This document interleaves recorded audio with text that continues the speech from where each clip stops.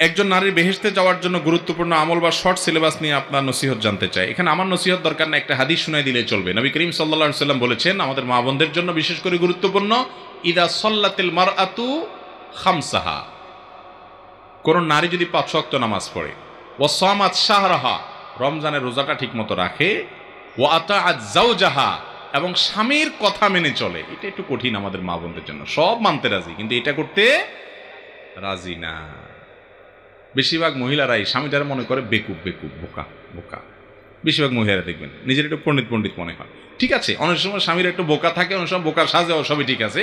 কিন্তু আপনি মেয়ে হিসাবে আল্লাহ তাআলা আপনার জান্নাতে যাওয়ার পূর্ব শর্ত করেছে স্বামীকে আপনি অভিভাবক হিসাবে মানবেন। এখন নারীবাদের নামে যে মুখরোচক জোয়ার চলছে, স্লোগান চলছে, এটাতে আমাদের অনেক মা বোনরা প্রতারিত হয়ে যায়, ধোঁকা পড়ে যায়। আপনি আল্লাহকে খুশি করার জন্য স্বামী যতক্ষণ পর্যন্ত অন্যায় নির্দেশ না করে, অন্যায় নির্দেশ করলে তার কথা মানবেন না, তখন পর্যন্ত তার কথা মানার চেষ্টা করেন। অনেক মহিলারা আছে সাংসারিক বিষয়ে স্বামীর সাথে এত খেচর, এত গেঞ্জাম, এত ফাসাদ লাগাই দেয়। আরে বাবা, দুনিয়ার বিষয় তারটা সে ভালো বুঝবে, সে হালাল উপার্জন করে দিবে, আপনি খাবেন, বাস শেষ। খুব বেশি পণ্ডিতি করতে যাবেন না, অন্তত ঝগড়াঝাটি হলে সেদিকে যাবেন না। হ্যাঁ, তাকে নসিহত অবশ্যই করবেন, সুপরামর্শ দিবেন। যদি সে না নিতে চায়, আপনার এটা ঝামেলা করার দরকার নাই। তাহলে 3 নম্বর কাজ হলো স্বামীর আনুগত্য করবে।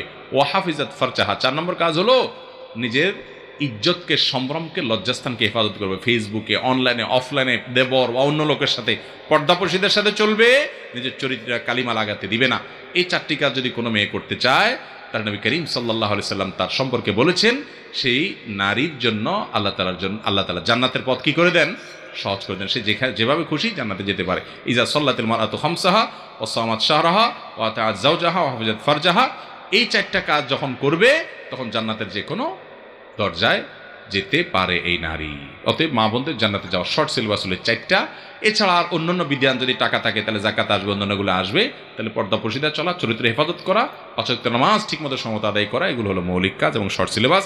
সেই সাথে বাসা বাইরের কাজ করতে গিয়ে, গৃহস্থলীর কাজ করতে গিয়ে আজকার করতে পারেন, তাসবিহ তাহলিল করতে পারেন, অন্যদের হক আদায় করবেন, অন্য মহিলাদের পিছনে ষড়যন্ত্র, গীবত, চগলখড়ি এগুলো করবেন না, শুকর আদায় করবেন না, শুকরি করবেন না, এগুলো তো লক্ষ্য রাখতেই হবে।